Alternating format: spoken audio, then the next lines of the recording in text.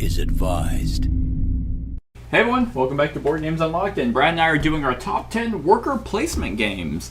This is a very popular genre in the board gaming hobby, and surprisingly a list that we have not done. I don't think I've done anywhere on the channel, so I don't know why. But here we go, and actually I'm glad we're doing it now than probably when I would have done it, because there's a fucking good, like a good set of worker placement games, at least for me. So, I don't know. Because I mean, typically, like I wanted to look for games that did either maybe a unique perspective on worker placement more than just placing meeples on the spot and doing the action. But yeah, if you're not familiar with worker placement, it is just that. It's you set something somewhere and do the action. That is generally the gist of worker placement. So let's go ahead and get started with my number 11, the honorable mention, which is Almanac, The Dragon's Road. This was a game that I think it came out last year in 2020, and it was just a game that I just backed randomly on Kickstarter just to have more options for the year list, and ended up pleasantly surprising Kat and I quite a bit.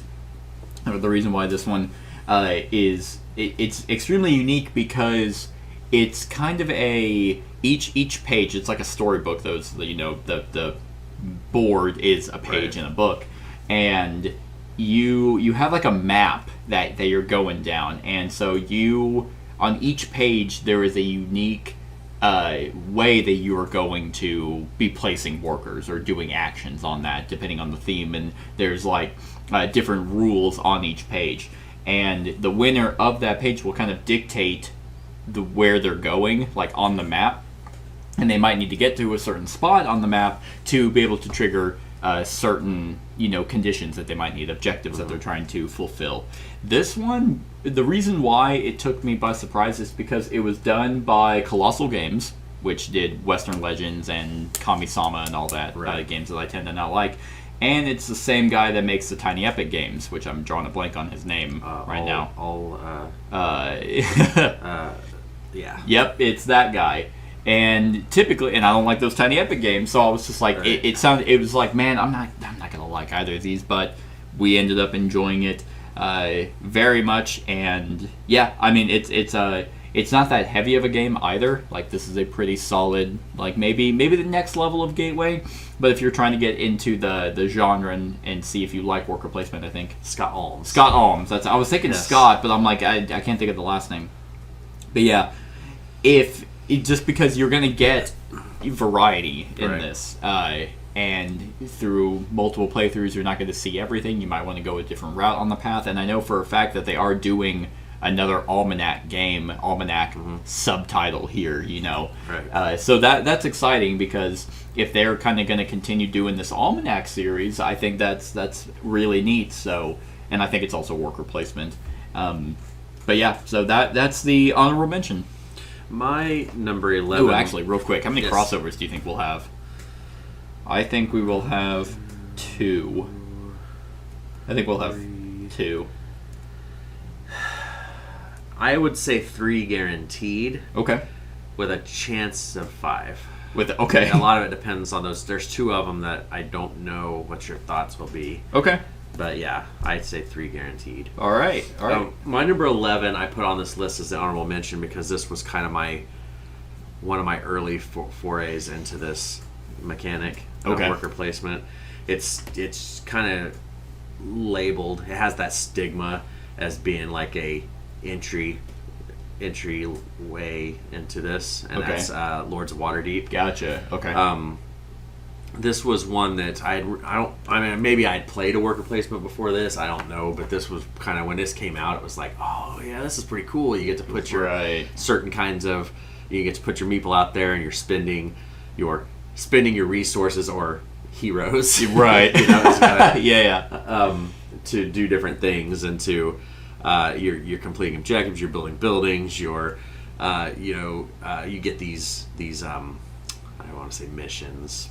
think that's what that's what they're called. And your quests, maybe. Quests, and you're spending cubes or whatever to complete these, and you get victory points. I mean, it's very basic.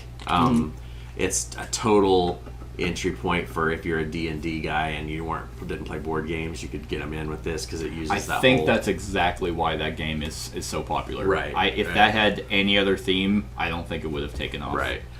And I didn't play D&D really at that point. I just got into it because it looked cool, you know. Yeah. And because most people are going to get sucked in because D&D, and then you play it and you're like, well, this really has nothing to do with D&D, but I like the game, right? You know? So I would highly suggest getting the Skulls meeples. The hero. I can't remember what the D&D-ples is what they call them. The game's a 1 out of 10 now because of that bullshit. But you get those, and that way it makes really. It more than just, yeah, that's what they're called, D&D-ples. They went for it. Yeah, I'll give them that. Well, this was one of the first. Yeah, because this was the first how everything started going meeples, and they started doing the stupid names. This was like the first ones they came out with them because people were trying to figure out a way. Fair enough. You know, I'm not even mad anymore. 10 out of 10. I've done the complete 180. But like what you were saying, the Skulls of Skullport and the Mountains of Madness, I believe, or not Mountains. No, that's not it. Undermountain. Oh, okay. Yeah. They threw those expansions in. The Undermountain one just adds more. The Scoundrels of Skullport is, in my mind, is almost a necessity if you're going to play this because it brings that extra gaminess and thinking, extra layer into it. But yeah, it's an 11 because it's an entry point into this. If you're wanting to see what a good worker placement is, and you kind of like that D&D theme, try it. There's other games on this list that may be easier. It's definitely not bad. I know at game nights that I infrequently attend, they still play it because you can play 6 players and it works. The app is really good too. I play tested for the app when it was being made and stuff. Okay. So, yep. My number 10 is a game that you actually have shown me. You technically did show it to me, but I was interested prior, so you didn't convert me on this one like I've converted you on many, many more games. But that is Whistle Mountain. So this was one of the 2 that I wasn't sure you'd put on the list, so I'm still in the game. You're still on track for 5. Yeah, Whistle Mountain is, God, it's just so solid. I hate the name. Yes. Although I hate. I guess it kind of thematically might make sense because you're workers and they had the old-timey whistle that would announce break or whenever you went home to drink branding. yourself to sleep. I mean, who are kids? That's all. I know. That's all it was. Stop, Yeah, Whistle Stop. Whistle Stop makes more sense. But yeah, Whistle Mountain is a weird worker placement game because you only have like the 3. You have the hot air balloon, the blimp, and then the whatever, because it's like, I don't know, I can't remember what the second one is. There's a balloon, a blimp, and was it a dirigible maybe? Maybe, something? yeah. I don't know. And that's, and certain, those 3 workers can go to certain spots around the edge of the board. The board is awful. The 4 quadrants instead of just one fold-out board. Anyway. Yeah. But the edges of that board are where you place these workers to be able to get resources, to be able to get cards, like special cards, to get special abilities. Like, it's an engine builder, which is one, that'd be a good list to do as well, engine building games. Yeah.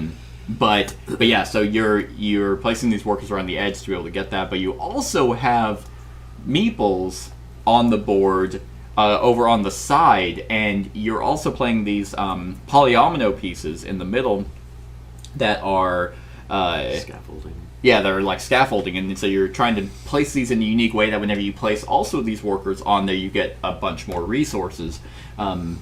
And you're also trying to move those workers over to the side to multiply victory points depending on how high up they go. And you're also trying not to let them drown, which will be negative points. It is just such... It's a combination of so many things that I enjoy in games. And the fact that it's like, it's not solely a worker placement game, and I guess that should be another thing said. This isn't solely worker play. Like, right. I would probably actually consider that more of an engine builder than I would consider it a worker placement, but it does have workers that you place, so therefore I counted it for the list. And it's extremely solid. Like, although coming from this is kind of a complex one because there are a lot of moving parts. That was what I was going to say about it. Is as it looks daunting. Mm-hmm. Once you sit there and you maybe do a round, to get the intricacies, there it is, whatever, of knowing how the things work. Mm-hmm. It's pretty simple, really. There's a lot of thought. It's not the mechanics themselves are simple, sure, but the thinking ahead is also is where it really grinds. Yeah, because it's so tight. You know, with there's so many things you have to take into account on your turn, and I think the other thing, I don't think you said this yet, was you have those 3 airships or whatever, but there is no like rounds in this game. Right. You just keep going, and then you can say, okay, I'm gonna take all my blimps back. Yeah.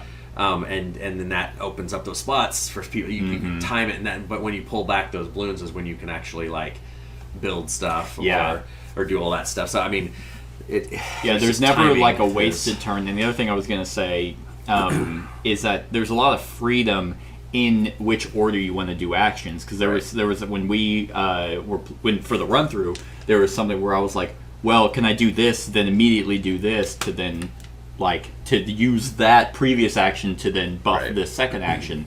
And we looked it up, and the designer was like, yeah, you can do that. And I like that. I like how it's a weird balance that he managed to do, where it's like you have so much freedom what you want to do, but yet it's also extremely it's tight in it's not just like, well, I don't know, like it's not just open-ended.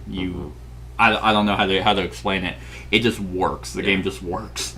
So that's my number 10, Whistle Mountain. My biggest complaint, and we agreed, is that stupid quad board. Well, besides that, is when you're playing a 4-player game or a 3-player game, is the stacks of stuff being in the way. Like, it's weird because like the water stacks up. There's stacks of all this stuff, and so it's hard to see over the water if you're sitting under it to see where you're placing stuff. And it's just board. It still comes down to board design. That is the only complaint I have about this. It is extremely annoying. It is weird because I don't know. Like he probably put so much effort into making the game work as fluid as it does that he's just like, I don't know, just print something on the fucking board. Who cares? Yeah, like that's definitely it's neat. I actually really like the way the water stack works. How it flows up like that. But everything else with like the stacks of the gear, special abilities you can get totally block what's available. Yeah, that's a good point. Still, that's not really a mechanical decision. That's still, I mean, some people might consider that into like a rating or a score.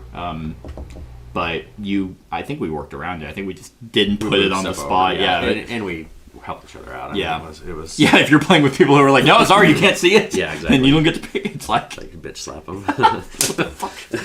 Anyway, that's my number 10, Whistle Mountain. All right, my number 10 is one that I think is going to be on your list. This is one of my 3 that I think will definitely. So we'll see. But that's Viticulture. That game is ass.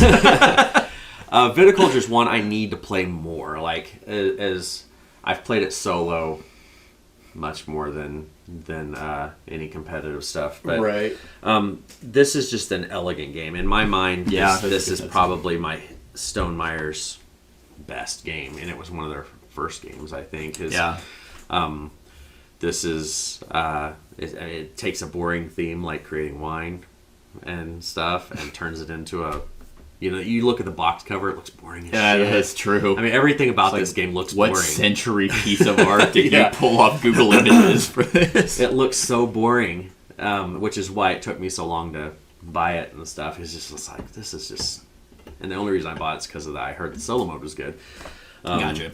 And if you get the essential editions of these... it's just got so much cool stuff. The Tuscany essential isn't needed necessarily, but it just adds more stuff. More gray. It's definitely, it doesn't hurt. Right. So, but you're placing your workers out in this. This is your traditional worker placement. Yeah, you're placing a worker. You're doing stuff. You are. It's The solo version is you're just trying to beat your. I mean, you pretty much are trying to beat your own your points and stuff. It's one of those. It has the cool automa that got created. This is where the Stonemeyer automa stuff started. But yeah, the production of this is great. They are able to make that theme work. There's been other wine games that have come out. I only know of two. I haven't tried Vinos, and I haven't. Vinos is it is similar to Viticulture in theme alone, and that's it. While Viticulture is more focused, it's the way I actually described compared the two in the Vinos discussion was Viticulture is a very macro look on things. Yeah, you do. Planting the fields, and then you sell the wine. You make the wine, you sell the wine. It's a very broad scope kind of thing. Vinos is, here's how you would run a vineyard. Like, it's very micro about the business of running a winery. So it was normally going to be, I was never going to buy Vinos because I was like, why would I have two winemaking games? And then I love Viticulture Artis games. So I was like, well, I'll just get it. And I played. I'm like, well, good. They're radically different from one another. Yeah, and this one just with the seasons and knowing the timing of when to do stuff and everything. It's just a classic. You know, like Lords of Waterdeep was my intro. This one's not necessarily an intro. There's a lot going on in this one, but it's a classic worker placement. This one, John actually had me play because I wasn't that into worker placement games at the time, and him and I played it, and I was like, oh, this is good. Yeah, because it's also, you would think, like, with the little beads on the, which I actually really like, the Mancala beads you place on that magnify the wine, you would think that would be complex to turn it into actual wine that you sell, but nope, everything is just extremely simple with the game, but it's so smart about how it goes about it. Yeah. All right, my number 9. It's because it was my number 8, but I added the game last minute. Haha! But I already wrote it down in pen, so I had to weirdly do things. My number 9 is a game that I don't know if you would have considered it, considering you've only played it the one time, but maybe it was just so good that you're like, hell yeah, it's my number 1. And that is Overlords of Infamy. So Overlords of Infamy is, this is also a pretty stereotypical worker placement game, but it has a unique theme, that I extremely enjoy it. So you are playing a overlord, some nefarious Disney-style overlord that has lackeys. That's what they call the workers, and you send them out to do various actions that you can do on your turn.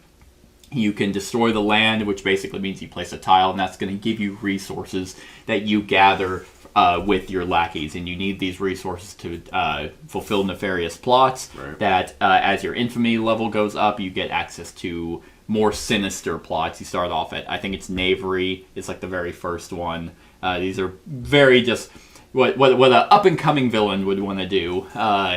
And the game has such an overall sense of humor around it, even the big ones that are a lot more. I mean, you can definitely tell the designers put like a bit of personality into the game. Like the really nefarious plots are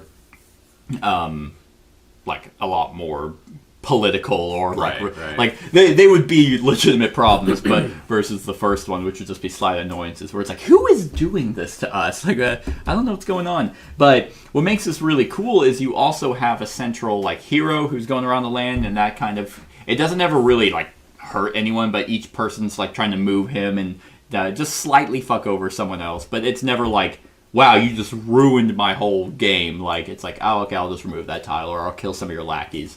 So everyone's trying to move him around, but also whenever you touch borders with another player, you can now do acts of espionage against one another. Depending on your level, you can do higher ones. And probably the biggest one in that is you can sabotage their, like, if they fulfill a plot, I think they roll a die, and if they roll, I don't remember the number, but if they roll really low, then the plot goes, like, you spend all the resources, but they don't score the card. That's pretty debilitating, because you spend a lot of time trying to gather the resources, but it still isn't really that big of a setback. It's just the theme, the very streamlined nature of the worker placement aspect just works wonders for me. There is a I think there is a 5-player mode where one person can play the hero, and I believe there's a solo mode, but I haven't tried any of that. I really should. I'll add that to the list of solo games I need to play. So that's my number 9, Overlords of Infamy. All right. Yeah, I have only played that the one time. Right. So, that's not one of the ones I considered for a crossover. Yeah.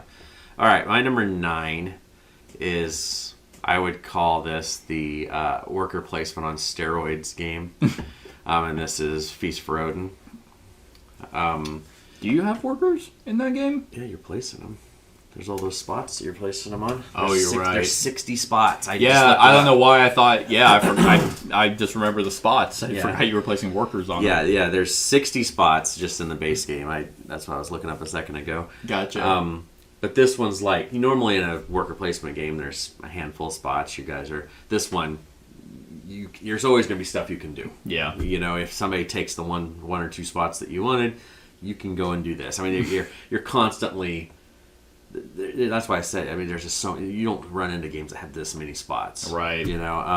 That's kind of the learning curve of a game like this, is figuring out what all of them do. But once you kind of figure it out, you go with it. I mean, in this game, it's a Viking theme, and you're placing workers, you're gathering your resources, all that stuff. You start off another unique part of this is where you start off on your, I guess, island or whatever your fiefdom or whatever is all negative points.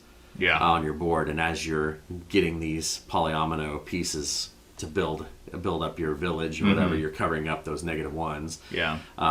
So you're trying to add that complexity in as well to try to get rid of all those negative points. You can also conquer islands that give you more negative points, but can give you more points. And more places to build on and stuff like that. So it's. I haven't played any expansion content for this yet. I haven't, but I haven't touched it either. Yeah, this one's a good one with the worker placement. This one's definitely not an entry point worker placement. No, I'd consider it a gateway now. Just because there's so much. I could just imagine trying to teach somebody and be like, well, going through the 60 spots. Yeah. Well, this means this. I will say, though, in my experience with this game, it has a negative stigma because everyone's like, 60 worker placement. No, it's not. I mean, technically, yes, it is 60 different places, but it's really categories of the same action. You have, gathering livestock, for example, is like you can get 1, or you can get 2, or you can get 3, or you can get 4. Like it's not like, so you don't have to teach someone where they have to memorize 60 individual, totally unique actions. And because of that, when Kat and I played it, she was like, "Oh, this isn't that bad." I'm not saying it's a gateway at all, but it's intimidating. Yes, when you sit there and you look at it on the table, it's like, "Oh my god, there's so much stuff," and it's a table hog. Right. Think about like Caverna and all those take up so much so much space. But yeah, this one's just a great one. I need to play it more. Solo mode really works well with this one. I need to get the expansions and try those as well. Good luck. But yeah, get the Norwegians. And all that stuff. But anyway, yeah, my number 9 is Feast for Rhoden. All right, good deal. My number 8 is a Mind Clash game, and this is Tricarion. Tricarion is a fantastic worker placement in that it's also kind of a programming game at the same time. So the theme is you are a stage magician, going out into the town, learn either new tricks and gather resources to perform those tricks to ultimately prepare for a particular day that you are going to perform these tricks and gain victory points. And the victory point tracker is actually the crowd, like it goes around the crowd, so that's how many people are kind of attending your show. And so you have your workers being yourself, the magician, then you have assistants and kind of like interns that they have a certain number of action points that if yourself, you have like 3 action points that you can go and you'll be able to do more at a particular spot because it's you doing it versus just some assistant. So you have the different spots on the board. Either you can go to the bank to get money, you can go to a spot to learn a new trick, you can go to a area to get resources. And the cool thing about this is the resources you get are materials for a particular trick, but the trick or the resources are never spent. Like once you have them, you just assign them to a trick, and it's like, oh, now I can just indefinitely perform this. You can send them over to the stage to try and to prep for a day. If you do it on Thursday, you get less renown, like you get less like victory points and money, but you'll get to go first and do oh man, every time, what do they call those cards they hand you? Like a play or something, and then you're like this, like it's not itinerary, it is program is probably closer, but that's not, I don't think that was the word anyway. But then you can go, all Friday, Saturday, which will be kind of in the middle. Then Sunday you'll get more points, but you're going last. Right. It's just such a unique theme. I love it's like there's Vita Lusarda games, and then there's Mind Clash, like right underneath. I feel like they're a little easier to grasp. I've never played any game, Mind Clash or Vita Lusarda. Well, you probably should. They're great. They are fantastic. But yeah, with Tricarion, and then the expansions just make them even more complex, but extremely thematic. Like the Academy expansion is where you can actually send, like, you can start teaching spells, or you can sell your spells, and you can generate income through that. Because like the workers you spend also, if you send out your assistants or your like special assistants, you have to pay them.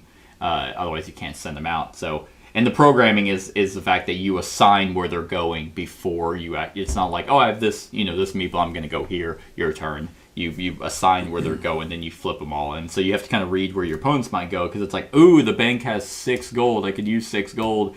Who else might be going there? Do I send my magician just to ensure I get it?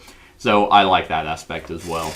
So yeah, that's my number 8, Tricarion. All right. My number 8 is a game that I don't think you've played yet, and it is Rajas the Ganges. Nope, it's right there. Yeah, I thought I saw it with shrink on it. Yep, it's still over there. This is one that a dice version of this just came out, and this is I like this one. And you know how I'm usually the one that goes for the dice games. I wouldn't do the dice game. Oh wow, okay. On this one, interesting. This game. Yeah, as a traditional worker placement and the fact that you're putting stuff out, getting to do stuff, blah, blah, blah. The unique part about this game is the scoring and how you win the game. Okay. Because this one's the one that has the 2 tracks. Yeah, that's right. One of them's money, one of them's fame. I think it's, fame. And you win once they meet.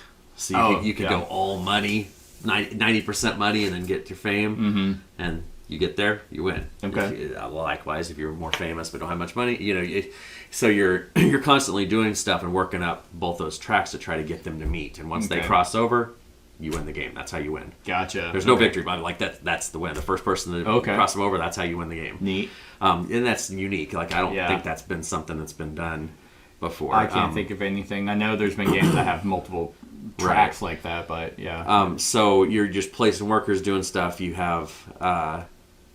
There is dice in this game as well a little bit. It's not the main crux. The luck factor of this game is very low. Okay. But yeah, it's one you need to definitely try. It's like I said, that's the end game is what makes this cool. With the worker placement is the key component, but being able to get those tracks to cross is just awesome. How you're trying to do it that way. Very unique. Neat. And it's pretty. It's a very pretty game. Yes, it does. It does. I love the cover of the box is very, very beautiful. Yeah. So, all right, my number 7 is what I have to play the 3rd version of this series more, but as of right now, the 2nd iteration is in my opinion the better of the 3, and that is Paladins of the West Kingdom. Viticulture, not Viticulture. Viscounts is the 3rd one that came out, which is also very good, but I've played Paladins more, so... and I don't like Architects. So, Paladins of the West Kingdom is an extremely solid worker placement game, and the reason why I like it the most is because there's so many avenues to gain victory points, and that's to be said for all 3 of them. But this one I like because when you have... Basically, you draft for the kind of workers that you want, and those colors of workers can only go to specific spots to do various actions. And you basically have your left side of the board that you're using to kind of mitigate okay, we can use this to hunt, we can use this to gain coins, we can use this to build garrisons. It wasn't garrisons, barns. I don't remember, but it's a cheaper way to build buildings where you send kind of your generic workers, or you can take some criminals, which are wild, so you can send anywhere. But you use those actions really to make the right side of your board cheaper, which is the crux of where you're going to get a lot of your points. And I like that. I really like that action efficiency. I like the drafting of particular workers to do very specific actions, like you can... you could send... These are garrisons. You can put garrisons out on the main board to get victory points and also some bonus for doing that. You can also build up your walls up at the top to be able to, to get permanent victory points, as well as just go up on 3 different tracks over on the left side. And then also you can also try to convert or kill, you can kill some invaders that will give you victory point, or not victory points, give you resource, but you can also convert them for endgame bonuses. So there's just a lot of variety in how you want to go about trying to win the game, but the worker placement aspect just enhances that, because I like general meeples where you just have a pool of them is just okay. That's that. I have them. But I really like the fact where you're drafting and you're like, I could take those. There's 3 criminals in there and those are wilds. So, but that'll give me 3 corruption, and that'll give me a debt, which will be negative points. So I just very much enjoy that. And then also you have the ultimate goal cards. They are available. You see them at the beginning, but then some get released throughout the game. So a lot of stuff going on, and there's an expansion coming out for it. I'm thinking later on this year, so that'll be nice. So that's my number 7, Paladins of the West Kingdom. Right. Viscounts probably could at least be on par. Viscounts is really, really good because they have the rondel of workers, and then Architects, which will probably be on your list. If it's not, that will just make me happy. But yeah, Architects, I just felt that you just never got anywhere with. I'm gonna steal your people. Okay, I'm gonna steal your people. All right, we're back to ground zero. All right. Well, my number 7 is a pretty in-depth worker placement game. Another one that you have unopened on your shelf over there. And it's Tzolk'in. I was like, that's the only one I immediately looked at. This was the first of those games in that series, with Teotihuacan and all the Tequinu and all that, all that stuff. Trismegistus. Yeah. So Tzolk'in is it's the game. If you don't know it by the name, it's the game that you've probably seen a picture of that has the huge plastic gears on the board. And on those gears, there's little spots for you to place your workers. And that's the unique part about this is you're setting your workers out doing stuff. You put them on the gears, the different spots, and you don't get anything though when you place the worker. It's when, as those gears turn, when you take the worker off, that's when you get your stuff. So it's the longer you keep them on there, the more powerful stuff gets. But then you don't have as many workers to be doing stuff. So it's kind of and I think once the big gear does one full revolution, then that's when that's the timer of the game. Okay. But you're getting corn, you're getting the skulls, all that different stuff. This one's one I have not played. I think I've only played Teotihuacan once. Okay. And a walkthrough solo at one point, and I haven't played any of the other ones. So I don't know. I'm sure they've built onto this. Probably more. You use some of the stuff. I know they don't use the. No, I don't think so. Gears, but I really don't think that they've used the same system in any of those that I could. Yeah, because I don't think in. Yeah, there's nothing in either of them that your action builds up as the game goes on. Well, I guess Teotihuacan has the dice that the level of them goes up.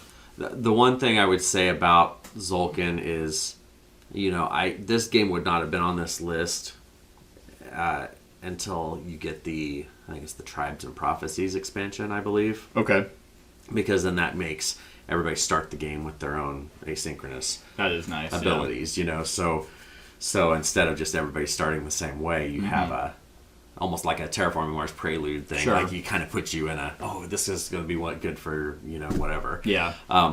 So this game is gorgeous, again, especially if you're talented and paint the gears and make it look really cool. Yeah. I'm not, so mine is the stupid the flat tan, yeah. But yeah, it was really unique with the gears, and the table presence of it's really cool. How everything moves around. Well, it came out in 2012? Yeah, it's older. Yeah. It's an older game. That's why I was saying, like, it came out and then there was a long time before, I think Teotihuacan was the next one. Mm-hmm. And their T-series. Their T-series. They have another one coming out. I don't remember what it's called, though, but they're all so fucking good. I'm not... Like, I could have put all of them, besides Sulkin. I haven't played it. And I think Trismegistus doesn't actually have... was it Daniel Tortellini or for his last name? Man, what is his name? Tertzi. Yeah. One of them. One of them gotten... Something about Trismegistus makes it not technically considered part of that T-series. One of the designers of Teotihuacan is, like, canceled now. What? He said something on social media or whatever, and they said that the company said they'll still put out the expansion for Teotihuacan, and because I actually just right now keep supporting it. Yeah, but they're like, oh wow, just, like, pushed away. So I don't know how that's going to affect the new one and all that stuff. Interesting. I wonder. It wasn't because Daniel Turchi is kind of the solo. If you want to, it was one of the two. I don't know which one did it. It was one of the two people. Yeah, that actually, do those games. I can. Teotihuacan was the big. Daniel Tassini. Yeah, that was who it was. That's the one. That's the designer. David Turchi kind of does their solo stuff. Yeah, so it was that one that's I think the one that's got the issues. I don't know what happened or whatever, but anyway, that's besides the point. Sulkin, great game. It was kind of the first one of that series, and it's it holds up big time for sure. I will say I only put one game on the T series. I could have put all three, honestly. I think they are fucking phenomenal. But I wanted to pick one. I didn't want to make just, hey, 5 games are the T series. Right. That's it. I'm not even going to tell you anything about them. Just play them. All right, my number 6 is our first crossover, which will be Viticulture, yes. It is a fantastic worker placement game. I guess Overlords also had your standard kind of worker. You just have meeples that you place out. But Viticulture was one of the first ones I played, and might be my first worker placement game, honestly. I'm having a hard time trying to think of, because I didn't play Lords of Waterdeep till later. I think Chad let me borrow it. So Viticulture, like Brad said, everything about it is fantastic. The fact that you put cards of vineyards that will tell you what wine that you're going to be producing. So you have to manage. You manage your money. You manage your resources. Are the wine, the little wine glass beads you put on that you combine to make a higher wine as you get orders, which are cards to try and sell, which will give you like renown as well as money and victory points. And I think it's the first one to 25 wins. It sounds. It's either 20 or 25. There is a victory point threshold that once someone passes it, they win. And yeah, with the Essential Edition, I mean, I would honestly say, because you don't have to play with everything, but it's kind of a modular expansion. That's the Ma and Pa that are kind of, hey, this is your unique startup. You have the little kind of area control sideboard. You have now, in the regular edition, you didn't even have a fall section of the board. It was just like, it was kind of like the spring where it's like you decide when to wake up. I love that mechanic in games where it's just like, well, I want to wake up early, so I'm going to go first. But it's like, well, I'm going to go third. That gives me a point. And it's like, but I'm going to get to go first before everyone. They did that with Fresco, too. They do with Alchemist. And I've always just liked that. It's a nice kind of small puzzle to try and decide, well, do I want to really go before everyone? This also introduced the Grande worker that I believe, to my knowledge, wasn't done. It probably was done somewhere else, but this is the one that I remember where you had one worker that could go where someone else, because the general idea of worker placement is if you go somewhere it's blocked. for a lot of people. And this one was like, nope, I have one big worker that I can go where someone else has already gone, even your own. And that really freed up the board because it sometimes might be crucial for you to be able to get something. And yeah, this one is just extremely solid. I love the Four Seasons, and Kat and I played this recently, and I'm just like, kind of like what you were mentioning with Aeon's End. It's like, yeah, when these games sit around, because we're always playing the newest games, you go back and you're just like, man, yeah, this one just fucking, it's so solid. So yeah, that's my number 6, Viticulture. All right, my number 6 is a newer game, a Kickstarter, that is unique in its own way. It's Tidal Blades. Okay. I put that in there because it has your worker placement set up, and you have your miniature that you're moving around, but you just drop a token off at each space, as they move around. So I didn't consider this. Yeah, because it is definitely worker play. Because you go to a spot and you leave, so it blocks that spot, but it kind of throughout that round you kind of bounce around and do whatever. I think it's 3 or 4 things. I think it's depending on the number of players, right. Is how many actions you can pop around. Yeah. And there's a lot of stuff you can do in this. You're going to the different arenas to do different things. Yep.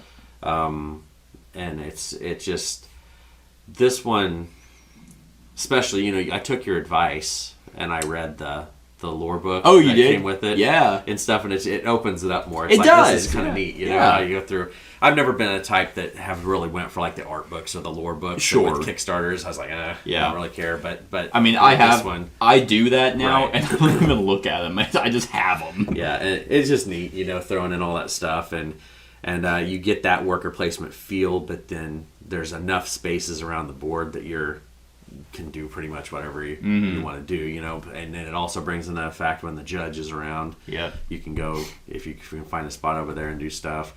You're powering up your player. The dashboard's is sweet. The production of this game is through the roof. Yeah, beyond. I mean, that box. Because I want to give a huge shout out to this Druid City Games, right? Yes. Yeah, they made a box with their Kickstarter and planned for their expansion. Yep. They didn't just be like, hey, here's the base game and an expansion box. Yeah, the expansion has a game trays in it. It's like, no, that's fucking annoying. It's built to, you get the expansion box separate, and you're just like, oh, okay, might be a waste of production, honestly, or of resources. But yeah, like, because so many games they're like, well, we'll do a big box later. It's like, why?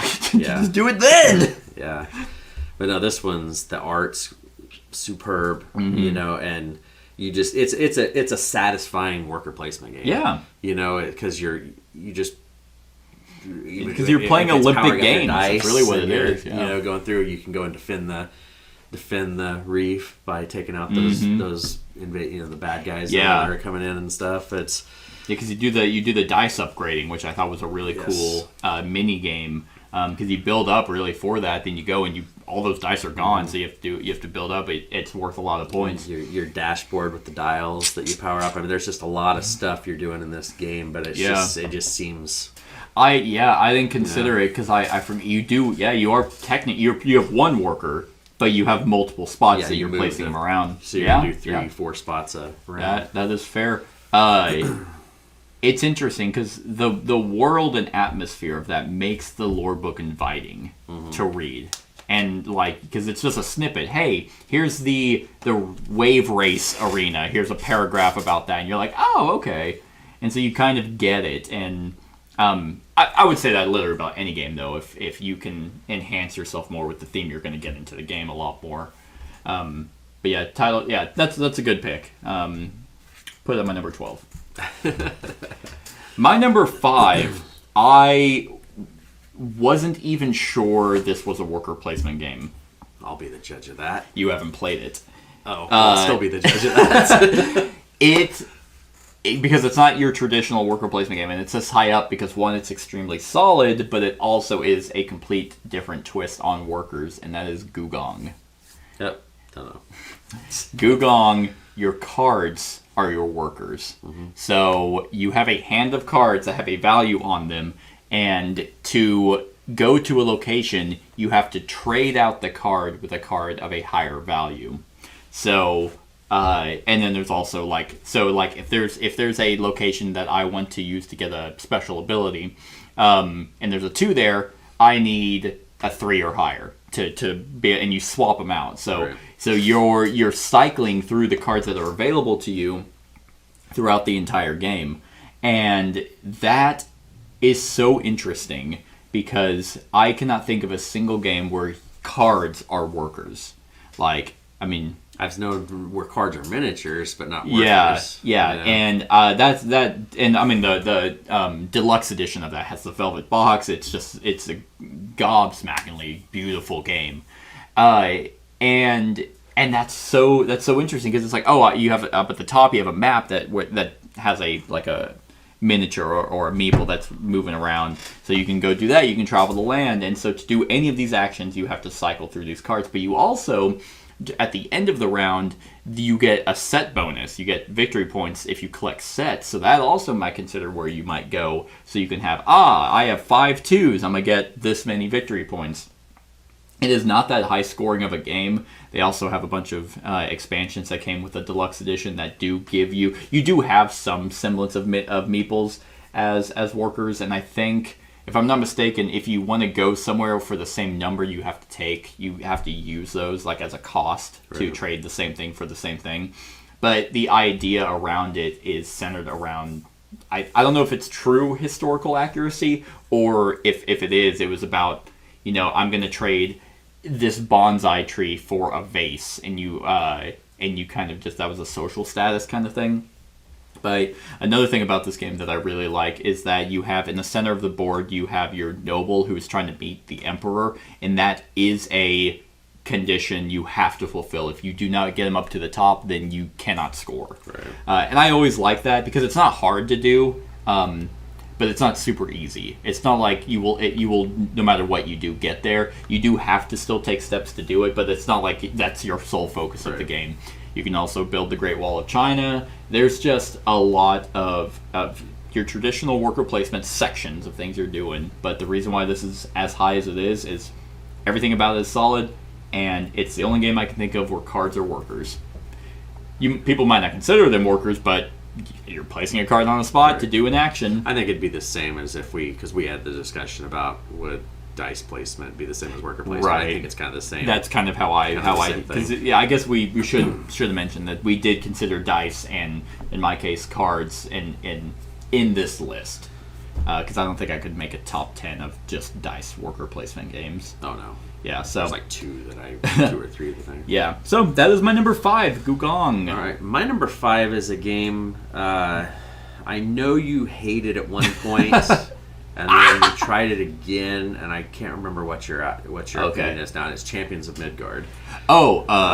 Not on my list. Opinion is higher though. Okay, it is a good game. So Champions of Midgard. I don't want to pay for it for what people are selling it for. That's the problem. They might have another Kickstarter at some point, maybe. They might. But anyway, Champions of Midgard, a Viking game where you are placing your workers traditional wise. Yeah. You're gaining resources or dice, which the dice in this game are warriors of different types, and then you are using resources to, ultimately you're wanting to sail across the water to kill these big baddies. There's trolls that you're taking out. There's missions like objective hidden cards that give you points and stuff. You got them from like a Mystic cards, yeah, that might be like that, something like that. But anyway, the base game, I love the base game. This has been a game that's hovered in around my top 10 for a long time. Then they came out with the Dark Mountains and Valhalla expansions. The Dark Mountains is just adding more.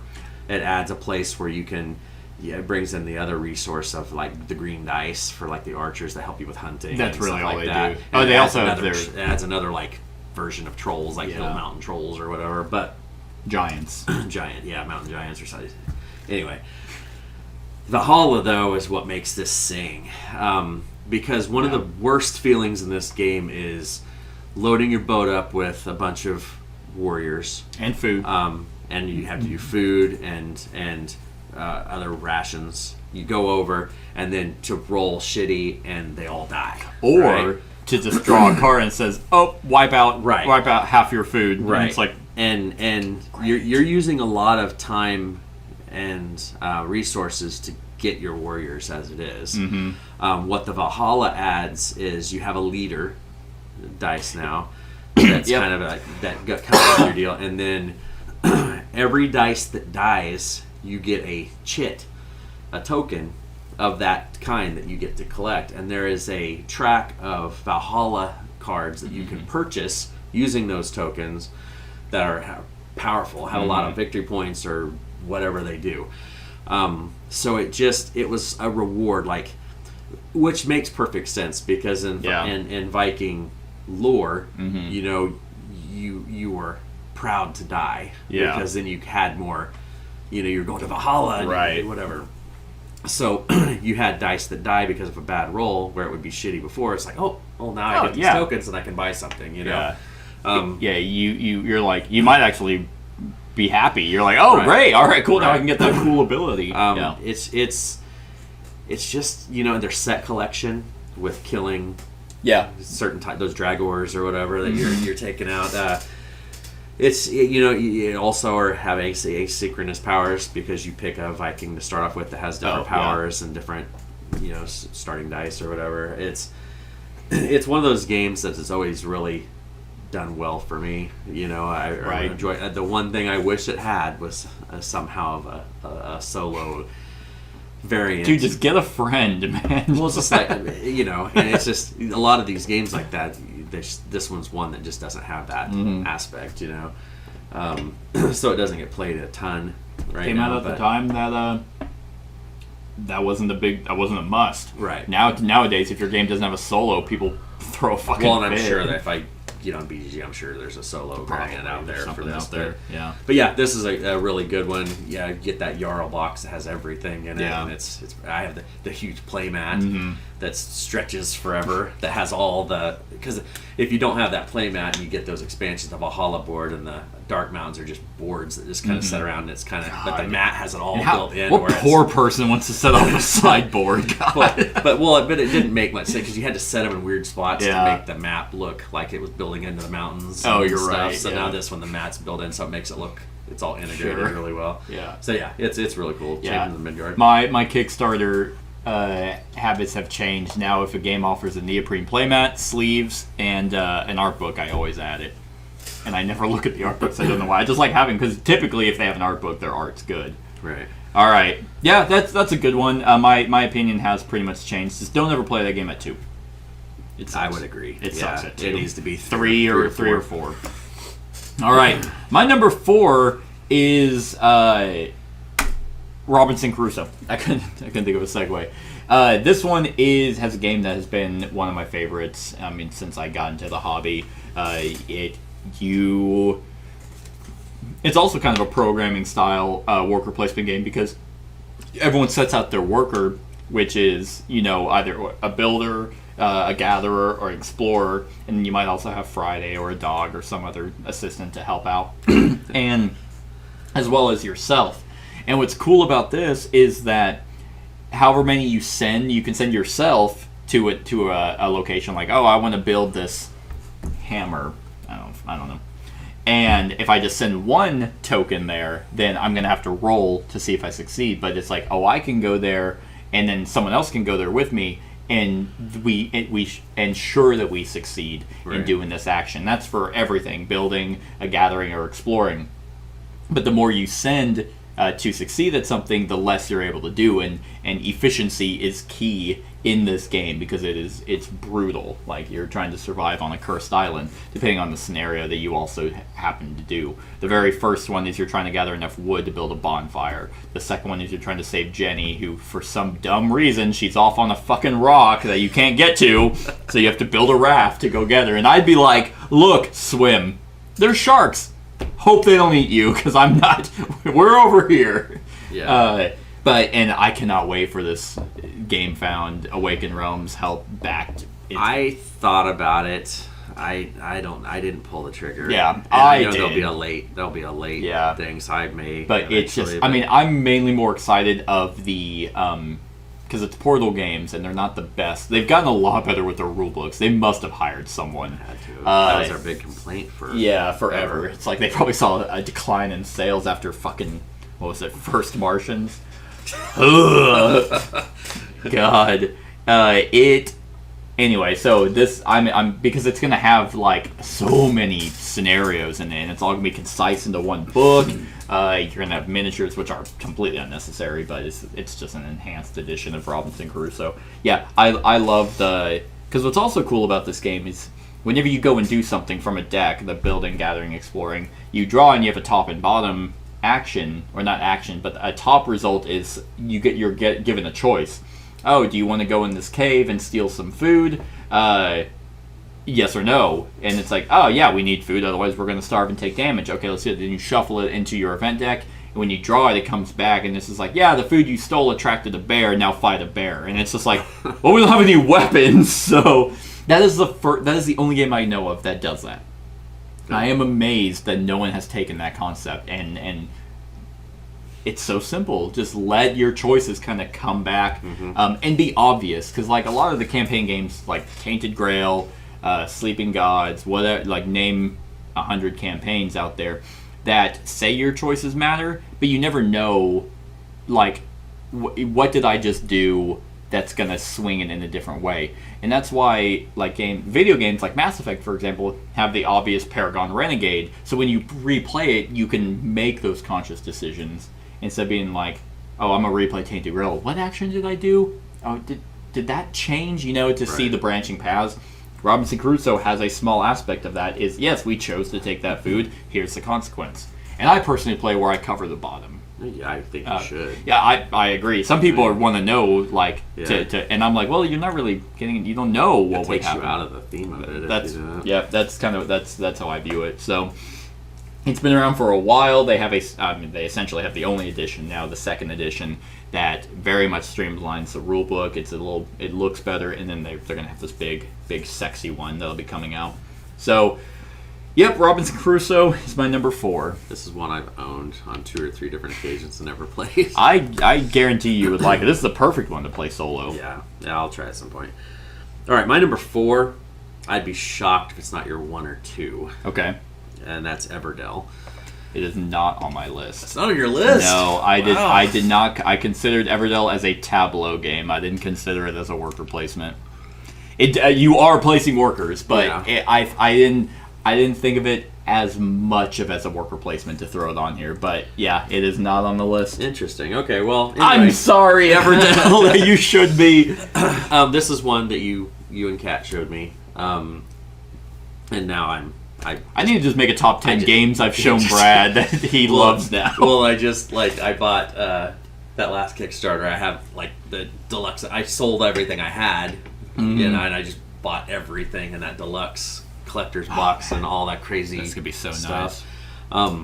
Because even the expansions don't really enhance the worker placement of it. I don't know. Maybe I was in some drunken stupor when I made this. I don't know. I just. This was one of the first. Because I also went for uniqueness as well. This is one of the ones that and there is a unique part, and that's what I'm into on this. Anyway, worker play. You pick a race of forest creatures. Beautiful game, pleasant theme, and all that stuff. Do you have a preference, or are you one of those people that doesn't really care? I just go red. So I'm usually the squirrels. I think the squirrels are red. Yeah, I think I always pick the turtles because I like turtles. But anyway, so you're placing your workers in these spots to get resources, and the resources. I mean, it's typical deal. And if you use like Pearlbrook, you have the frog that you place into its own special worker spot. That was the only. I haven't played any other expansions. So I don't know what those do. Was it Belfair and Spirecrest? Oh, they're good. Those two, for like Spirecrest does not enhance the worker placement at all because you're moving on the track. Right. They're good. Man, I can't wait for that big box. But the thing I like about this was you start out with I think 2 workers right off the bat. I think. Yeah. And then as you pass or whatever, it goes to the next season. You gain another worker, and then you go and you gain another worker or whatever. But that's what's cool about this game because it rewards efficiency because you get to choose when you go to the next season, but everybody else, if they have actions, they're like, well, fuck you, you're going on, you know. So like you could finish the game really quick, and if be you totally suck. hosed. Right, Yeah. exactly. And that starts from turn one. I mean, from the very beginning of the game, you have those 2 workers, and if you don't place them well, or buy the right cards, or whatever, then you're just way behind already. Yeah.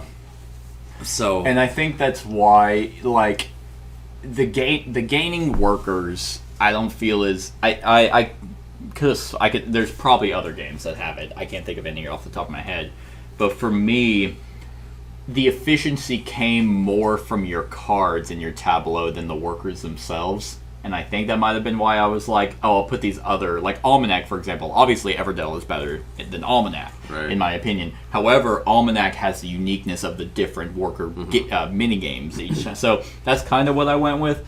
But even then, that's not a strong enough reason to not put it on this list. You brought up an engine building list possibility. Yeah. This one could be an engine building. Absolutely. Because your tableau is building. Yeah, you're like, I do this to do this. That lets me do this. And wow, you're already in fall. Yeah, I'm still in spring. Exactly. So with this though, and talk about that. Most traditional worker placement games usually have a spot or something you can go to that gets you another worker. Lords of Waterdeep, you get more workers as time passed. Stone Age, stuff like that. So there are ways to do it. This one just does it where you have to find that fine line of, okay, I need to go to the next season to get more workers, but then you're pushing yourself out. The longer you wait to get in, the better. I wonder. That's not really a mechanic that I think has a name, but I love games where the players dictate the speed of that. Submerg is another probably worker placement game that does that, where the players are the length of the game is determined by how the players want to play. I'd say. You don't have it over there anymore. Maracaibo. It could be like that too, right? Because you loop around. Yep, you're right. Yeah. So I always like that. Yeah, Everdell, that's a fantastic choice. I think I just was so focused on the cards that I was like, I forgot that you had workers. Similar to Feast for Rhoden. Feast for Rhoden's great too, but I was like, yeah, it's about the polyominoes and the 60 different spots. There's no workers in that. Well, I would have figured Everdell would have been on your list. That was one of my guarantees. Yeah, but it's not. But you might be pleased to see this game on my list at number 3. And this is the new entry that I had this list written, and I was like, nope. And so it's at number 3 and knocked the other ones down, and that is Under Falling Skies. Under Falling Skies is it's so good. It is so good. Like, man, I just absolutely love this game. It is, closer to Space Invaders than like any other game that I can think of. Even I think there's a Space Invaders board game out that is probably better than this one is. But yeah, the fact of the variety of how you set it up. With the city you're defending, you can increase the difficulty of which boards you want to flip over to their way harder side. The encroachingness of the mothership and the 5 mini ships that you kind of have to manage before they dive bomb your city. The different 2 boards you use as your base for the actions that are going to be available to you to try and get, because all you're doing is trying to get your lab result or your research track all the way up to 11. And so you have to effectively use, and this is a dice worker placement game that you roll, and you have so much, well, not really so much mitigation. You have 2 ways to mitigate your dice by placing the white die down, doing that action, or not doing that action, but placing it, then you re-roll everything. It's just it's that perfect balance of a puzzle to kind of stress, where it's not overly complicated, but you roll the dice and you're just like, okay, what can I do with these? As well as also you might even do something where it's like, I'm going to put, where you place a die, you have 5 dice, 5 columns, and the value of the die, which is good for you, because the higher, like if you place a 6, is good, but that's also going to move the ship in that column down 6. Yep. And so you're like, but there are times where you might want that to happen because it's going to land on a spot that you're like, oh great, now I can shoot it and destroy it. Or you might want to put it, because there's a spot that moves the mothership down one more, you might want to do that because it might move it to a spot that she won't activate that action. And the campaign, I'm in, I think I have 2 more games. Well, you play 8 games, I think, total. because game 1 you play 2. You defend 2 cities. But yeah, the campaign is awesome because you basically have like a scenario, you have a city to defend, and you have a special person that's going to help. And each section of campaign 1 has 2 of each, and you shuffle them up, and it's going to be random each time that you're like, oh, I have this person that lets me help, and then they can come back in later games. It's phenomenal. Like I absolutely I need this game, and I usually don't solo only games. I usually don't keep because I'm like, I don't really want to play that. So it's one that I let you see. That's one on my list. Yeah, you got one. You got one. Yeah, yeah. I think 5 of yours on this one are ones I know. But yeah, you got because you sent me 3 of them. Warp's Edge is also another one that you've shown me that is also pretty good. But between the 2, Under Falling Skies is way better. Yeah. It's amazing how much is in that box. Yeah. That little box, and there's so much. And it's funny because I mentioned, I think in my discussion for Under Falling Skies, I mentioned you can tell it's a CGE game. Their component quality is never bad, but it always looks like it came out 20 years ago. Right. I mean, I never know the designers. I always just know the company for these games, but they have nailed it down to a science. Because I don't think there's a CGE game that I'm like, that's bad. They're a solid company. We'll be trying another one out next Saturday. Yep. So. Probably by the time this comes up, it'll be 7 Saturdays ago. But yep. Yeah, we shall see how that goes. But Under Falling Skies, I had to put it on here because I was like, oh yeah, they call them worker dice. So yeah, it's a dice worker placement game. Yep. All right, my number 3 is what I thought you were going to say when you said I'd be happy. So I don't know if it's going to be on your list or not. And that is Lost Ruins of Arnac. Consider that a deck builder, not a worker placement. See, in my mind, deck building is very light in that game because you barely get through your deck a couple of times. True. Worker placement, you start off with the 2 workers. Yeah. And you have to maximize your placement. This one, the efficiency is king in this one because you have to get your resources, which may let you do this, which may let you do this, and you need to think about what you're going to do because there's so much to do. You want to spend some compasses and symbols on the cards to go travel up there to that place, and do you have enough resources to beat the guardian that pops out and stuff.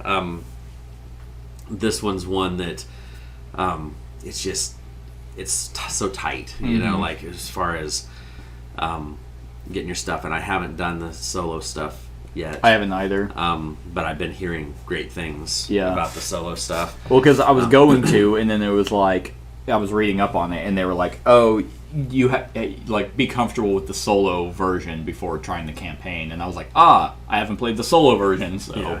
And they do have the app or that web page that has stuff. I've messed around just to kind of see what it does. Yeah. But anyway, this one it does have deck building. Yes. Yeah.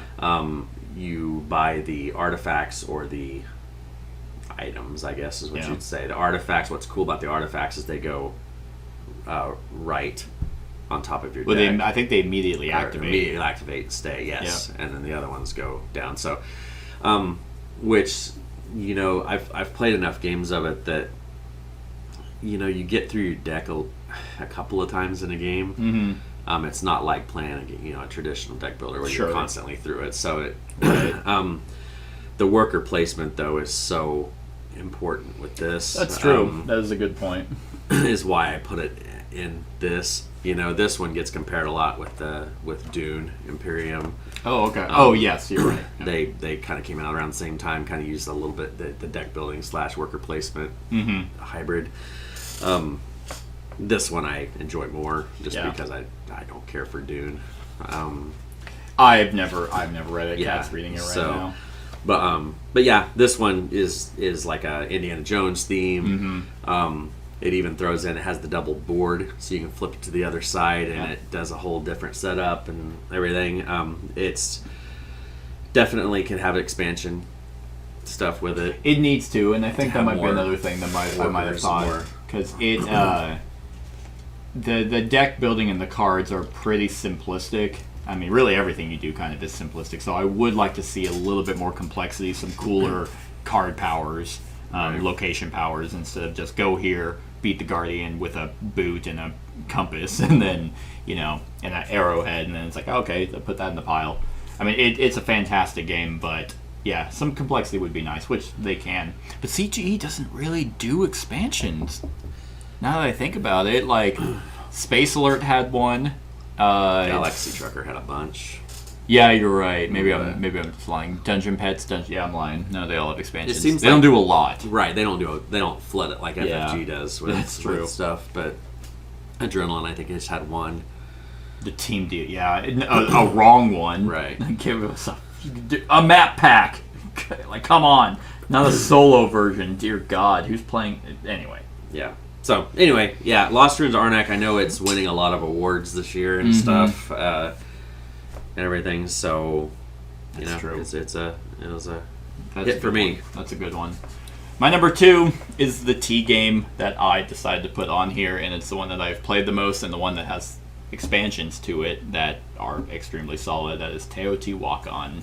That is my second dice placement game, and the only dice placement game that, or the only other one. So Teotihuacan is I mean, besides Sulcan, it was probably, I think Teotihuacan was the first one that kind of people were aware of that T series, and it just so happened Sulcan came out 20 years prior. But yeah, so this is a dice worker placement game that you are moving around the board, gathering different resources based off the strength of your dice. So whenever your die goes on a spot, one, you have to pay in cocoa if other dice are there, but you also, hey, my die is level 4, so, and I have 2 there, so that's going to get me 5 stone, whatever, if we go to the query. And you're using those resources to build this tower in the middle of the board, and that's one way the game can end if the tower's completed. Still have not ever finished a game with that, because you either, most likely, it's like everyone has to kind of pitch in for that. Did have a game where my friend, he was the only one. That's all he did, was try to go after that. But yeah, so whenever your worker hits 6 and goes over, it dies, and you get a benefit for that. But then it goes back to a level 1. So it does kind of have the longer they're out on the board, the better they are, but only for a limited time. And the base game by itself is extremely solid. And the expansion, late pre-classic period, I think, was a modular expansion, which added, weather, or like seasons. It added, gods, like the special player powers. It added a whole nother track, because there were 3 tracks in the main game you could go up on that gave you cocoa, gave you resources, gave you victory points. And then it added a 4th one that let you kind of mitigate where you can move around and give you unique special abilities. There's also technologies you can get in this game that only you, well, not only you, but if no one else goes for it, then you'll just have. So, can I interject? So, yeah. As a new person to this game, I've only played the solo once. Is there an expansion that's like, if you were going to get an expansion, what's the best one? Is it that late classic? That is, because I have that one. That's the newest one, so I haven't tried it yet. But looking at the back, it's another modular expansion. Right. There are 2 more, late pre-classic, and then Shadows of, I think, Zidit. The Shadows of Zidit was a small box expansion, and it added maybe like a few more technologies and something else. I would say more bang for your buck would be the late pre-classic. Because that adds the special player powers, like yeah. Yeah. And the great thing about, I think every expansion should honestly be modular, because it lets you, well, we're kind of done with the base game, but we're not ready to throw everything in, like some expansions will just be, here's everything. And now it's overly complex. That one is just like, well, let's just put in the special player power ones. Let's put in the event, the event expansion, the event module. So that's the one that I would play with. But like I said, I haven't played the new one, and it sounds like that's the last one that they're going to be doing.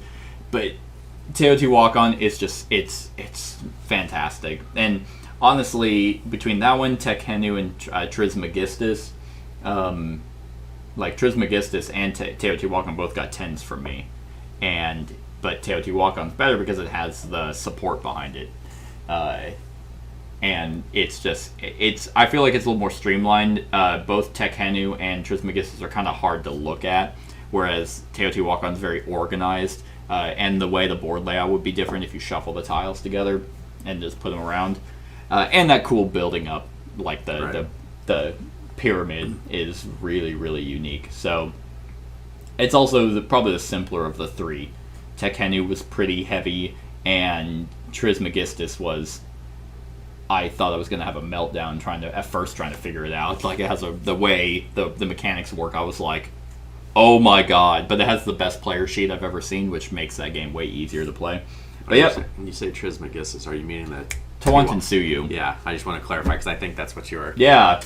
Yes, Tawantinsuyu is the other one. I haven't played... The only reason I said is because you have that one It's over there. No, I have two. I have one over there that I've played, and that one I haven't. Yeah, sorry. Tawantinsuyu is the other T game. Tawantinsuyu and Teotihuacan get 10s from me. Teotihuacan has the support of expansions, but yeah, Tawantinsuyu has the best player rate I've seen in any game ever. I think there was a lot of people that played Teotihuacan and then went back to get Zulkan. Instead of I think that was where that Zulkan kind of is why it's still relevant. I think so as well. Yeah, everything I said about Trismegistus is redirected to Tawantinsuyu. And then there's Tekhenu, which has one of the worst solo variants I've ever played. Oh, yeah. But yeah, so that's my number 2, Teotihuacan. All right, so my number 2 and my number 1, I really, they're almost like equal as far as, so I just went with the one I played more for my number 1. So my number 2 is already been said. Whistle Mountain? Yes. Okay, wow. I love Whistle Mountain. That is way up there. The only thing that would push this over is if it had some sort of a AI solo type deal. Well, it doesn't, so get over it. But I love this game. Like, yeah, I went from just watching a review of somebody saying, "Oh, this is a great game," to me buying it and playing it with some guys, and I brought it here and played it with you guys, and it's just awesome. Yeah, good game. It's so good. It's so good that the blaring, misdone weird board, the stacks of stuff blocking the view, that means nothing. That, like, I totally overlooked that stuff just because the game is so damn solid. Stupid name, again, it is what it is, but and another thing, so now that you mentioned where it's at on your list, because I forgot that you mentioned, like, whenever you're like, oh, that was one of the potential crossovers, so I knew it was somewhere on your list, is that whenever we played, engine builder games just kind of click for me, and I remember I had a really solid one. I don't remember exactly what it was, but the great thing about that is where throughout the game it seemed like the engine I had was almost a runaway, but I think it was like a 5-point difference. You were placing a worker, and you got points by if you. When you guys placed worker. Oh yes, I think it was. You placed that, and you'd get points if there was other workers around you or something. Yeah, like that. and then I had an efficiency of doing that, so I was almost constantly generating little points. But then you did the big swing, so I'm just creeping up while you're hopping. And I think the point difference was very little. Well, between us two. Yes, we're not including Kat fucking sucks. She's so stupid. We just shit on my fiance now. Yeah. But we needed a third player. But no, it's a great game. I mean, it plays well with 2. It plays well up to the max count. It gets a little longer when that, but it's one of those games that you are invested when it's other players' turns as well, because you're looking, you're like, don't go there, really need those resources, don't go there, you suck. It's a simple game to learn, but it's a complex game to match, because there's just so many things that you can go that happen, and once the water goes up, it'll shut a machine down. Oh, right. If it hits that level, so then that machine's done. But you don't want to put too many machines out, because on the scaffolding is where the resources are. Yeah. So if you're going to, you don't want to cover up a bunch of those, because when you place your ships, and the water doesn't rise until a certain level. Right. Yeah. So the theme-wise of that's awesome. Right. And all that stuff. It's just there's a couple of oddities like the Bezier whistles games, are wild right? and It's Bezier, Yes. games. Yeah, Yep. they don't make a lot, but the ones they do make are pretty solid. Yeah, and I've never played Whistle Stop. Yeah, right. I hear it's very, very, very basic though. Okay.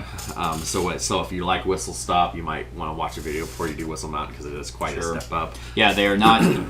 From what I understand, they're not even remotely close. They're to in the same world, if there is a world. The real one. You know? Yeah, they're on Earth. Yeah. One's on a train, and one's about constructing on mountainsides. It was just one of those, it's a non-traditional worker placement, but it still fits in that with the using your ships. It's where you have 10 meeples, I think, but the meeples aren't really worker placement as much. I mean, you do have to place them out on the but you don't scaffolding and stuff. You don't get as anything you move them for that. Right. So it's not a worker placement. But it's just a unique take, and it really surprised me. Probably one of my favorite games of the year.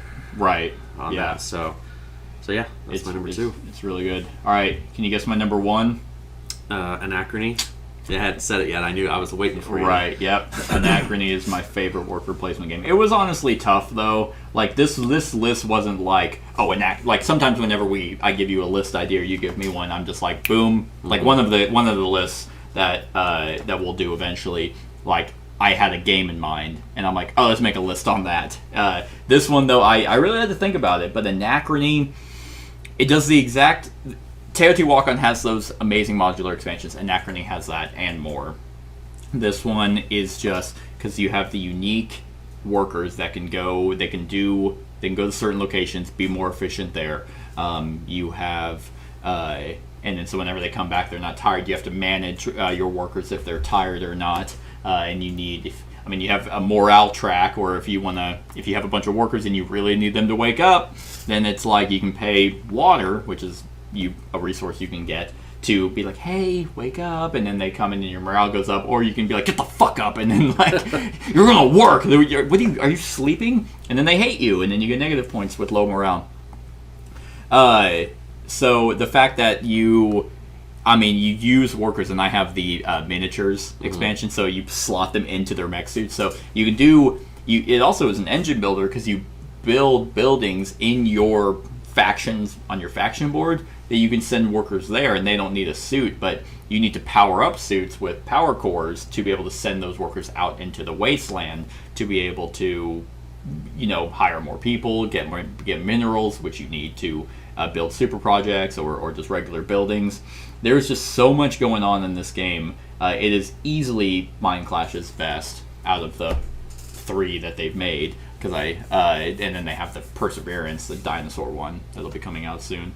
But not even to mention everything about the time travel that they made work. That wasn't really any convoluted way of just like, oh, it's thematic. It's like, no, mechanically this game works as well with the time travel, because you can even get workers from time that you're like, hey, I really need an engineer, and it's like, oh, okay, yep, hey, we'll borrow that guy from the past, and then you have to send him back.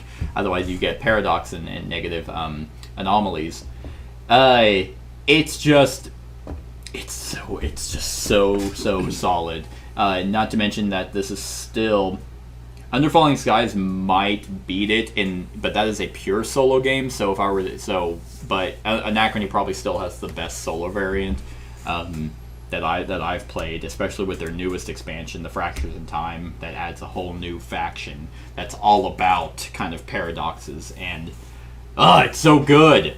It's so good. So that is my number 1 worker placement game. You know what mine is? Stone Age. Nope. No, has it already been said? Nope. Well then, how many crossovers did we have? 2? I dropped the ball on 2 of them, I guess. Viticulture we crossed. And Whistle Mountain. Yeah. Yeah. Hey, I was right, but not for the 2 I thought. This one is it's a Shem Phillips game. Oh, Architects. Nope. Oh, Raiders. Yeah. Raiders. Okay. I forgot that was his design. Yeah. This one. Yeah, okay. Raiders of the North Sea. This one is my most played of all these games on this list. Yeah.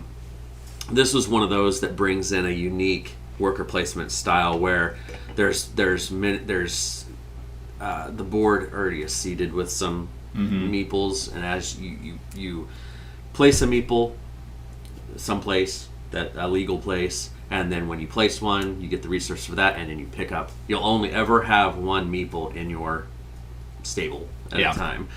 There's different color meeples, which allow you to do different things. So if people like leave a gray one or a white one out there, you place a black, you can pick up a white, and those may let you sail across to raid a village or a monastery or a stronghold or whatever. Has a really cool solo mode with it. This was the first of all of Shem Phillips' games that has solo mode. Here. Well, this was just the first of his games. Oh yeah, you're right. Because it was this, and then the Explorers of the North Sea, and that's all right. Those. Yeah, the Raiders was the very first of his big games over here. But yeah, I think just the simplicity of a uniqueness of dropping a worker and picking up a worker. Yeah. You know, so you're getting two things. So it's right. Like, so it's not just you're placing a worker and getting, I'm going to get 2 stone, and I'll wait for my next turn. I'm going to do this. You know? It's like I want to place this and get 2 stone, and I'm going to take this and get a new worker card. Right. And stuff like that. Yeah. So it feels like it's more rewarding. I think you're getting more stuff. And I think, honestly, Shem Phillips is the master of unique worker placement games. Raiders of the North Sea is a great one. Architects, Paladins, and Viscounts all do radically different things with the simple concept of worker placement. That all of them are praised in their own way. Can't praise anything about their art, but I love their art. Shut up. It is every time I can. It's so bad. I hate it. They're all ugly. Every one of them is ugly. The Miko. God. But yeah, and it adds that extra little layer of worker placement, because not only are you covering up a spot for somebody, but then they're also like, okay, take that one. So right. Have that yeah. one, So it's available for me. So you don't want to pick something up that leaves a juicy spot open. You know, it's like you have to time it right. It's just unique. And like I said, it's my number one because I've played it way more than anything else on this list. Right. All the expansions just add more stuff to it, and it's just a really good one. Yeah. Excellent game. It also has the other part, because when you defeated or raided, you get the wooden resources, and some of them would be the Valkyrie tokens, which you'd have to kill a worker.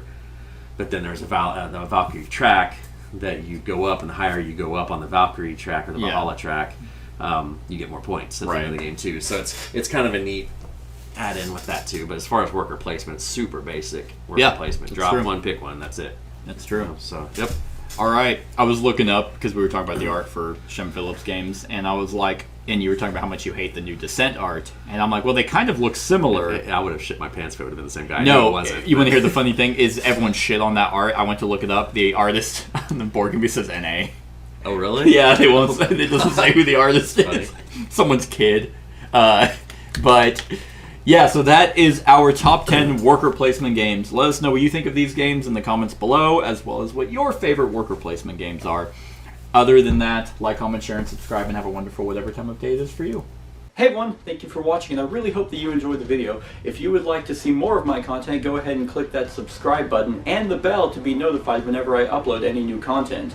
If you feel like supporting the channel, you can go ahead and click that Patreon link to be taken to my Patreon, and any help is truly appreciated.